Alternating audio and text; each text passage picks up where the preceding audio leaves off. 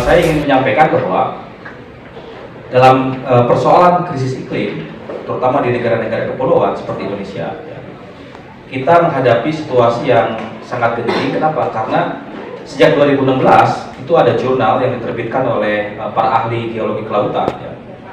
Mereka menyebut misalnya ada 83 pulau-pulau kecil terluar ya, atau terdepan yang terancam tenggelam karena kecepatan kenaikan air laut. Nah, sementara misalnya kalau kita merujuk data BRIN ya, untuk di perairan dalam Indonesia ada 115 pulau yang akan tenggelam. Dan angka-angka ini harus kita pahami sebagai angka-angka minimal, ya, bukan pulau ya angka yang terbanyak. Artinya minimal 83 pulau-pulau kecil terdepan atau terluar itu akan tenggelam, dan minimal 115 pulau-pulau kecil di perairan dalam Indonesia itu akan tenggelam. Tadi Kak Uci ya, Direktur Wahid Jakarta, menyebut bahwa pada tahun 2045 akan ada 23 pulau kecil di Kepulauan Seribu yang akan tenggelam. Nah, ini kan sebetulnya peringatan-peringatan yang harus difahami ya oleh pemerintah Indonesia dan juga oleh negara-negara di utara, di global north, bahwa krisis iklim itu sangat mengancam masyarakat di negara-negara selatan.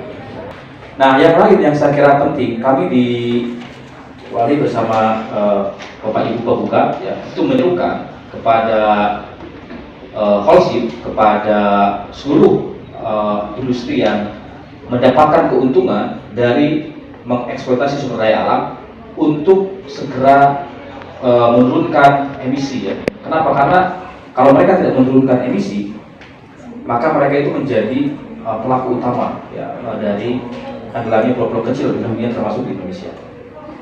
Nah, yang lain, kami di Walhi, di Walhi Nasional Jakarta bersama masyarakat Pulau Pari itu mendesak pemerintah Indonesia juga untuk mendukung gugatan ini, karena kalau banyak pulau-pulau tenggelam ya di antara Pulau Pari, maka ini bencana besar bagi Indonesia. Apalagi kalau pulau-pulau kecil di terluar di perbatasan yang tengah, maka kedaulatan Indonesia akan berkurang, karena konsep kedaulatan kita itu diukur dari pulau terluar. Nah, saya kira pemerintah Indonesia dalam hal ini harus menjadi garda terdepan di dalam mendukung gugatan ini ke Holcim. Nah, terakhir yang saya kira penting untuk kita kita sampaikan, dalam gugatan ini kami ingin mengajak semua kawan-kawan ya di Indonesia, juga yang berada di pulau-pulau kecil, kemudian kawan-kawan jurnalis, kawan-kawan seluruh gerakan masyarakat sipil ya, untuk mendukung gugatan ini. Kenapa? Karena yang akan selamat itu bukan hanya kawan-kawan Pulau Pari, tetapi yang akan selamat adalah seluruh orang, seluruh masyarakat yang tinggal di pulau-pulau kecil atau tinggal di pesisir yang akan terdampak krisis iklim.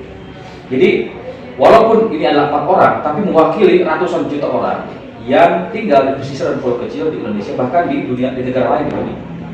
Nah, oleh karena itu ini satu gugatan yang sangat strategis yang saya kira ya penting untuk didukung oleh kita bersama. Bahkan kami dari Wali itu mengajak ya kawan-kawan semua untuk terlibat di dalam kampanye-kampanye selanjutnya. Nanti kami akan menyelenggarakan diskusi bersama dengan kawan-kawan di 3 negara, di Belanda, di Peru, dan di Indonesia, untuk belajar dari pengalaman mereka ya, memenangkan gugatan iklim seperti di Belanda, dan yang sudah berjalan 5 tahun seperti di Peru. Nah, saya kira ini satu hal yang penting.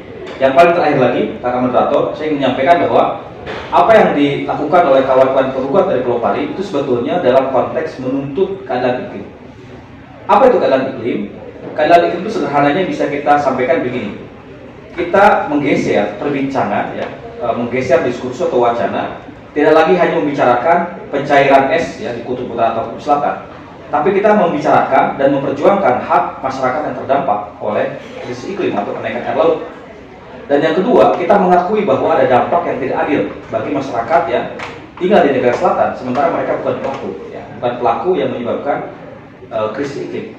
Dan yang ketiga, kami mengajak sebetulnya atau mendesak kawan-kawan yang menjadi korban dari krisis iklim itu ditempatkan sebagai pelaku utama di dalam merumuskan kebijakan, terutama kebijakan iklim. Karena selama ini ya di dalam wacana-wacana isu iklim, baik di nasional atau di internasional, masyarakat yang terdampak langsung oleh krisis iklim, terutama oleh kenaikan air laut, itu tidak mendapatkan ruang yang adil saat mereka membicarakan nasib atau masa depan mereka. Tetapi ruang-ruang itu malah direbut oleh korporasi, direbut oleh saya kira birokrat-birokrat yang tidak paham situasi di lapangan. Nah, oleh karena itu ke depan, saya kira kita harus menuntut keadilan iklim dengan cara tadi, satu, mengakui ada dampak yang tidak adil yang terjadi di masyarakat, padahal mereka bukan kontributor utama. Yang kedua, kita menggeser pembicaraan, bukan lagi ngomongin es yang mencair di kutub utara atau kutub selatan, tetapi membicarakan hak, ya, hak masyarakat, hak ekonomi, sosial budaya, hak sipil dan politik untuk diakui dan dilindungi. Dan yang ketiga, kawan-kawan yang terdampak itu harus menjadi pelaku utama di dalam merumuskan kebijakan iklim pada masa-masa yang akan datang. Saya kira itu. Terima kasih. Baik, terima kasih.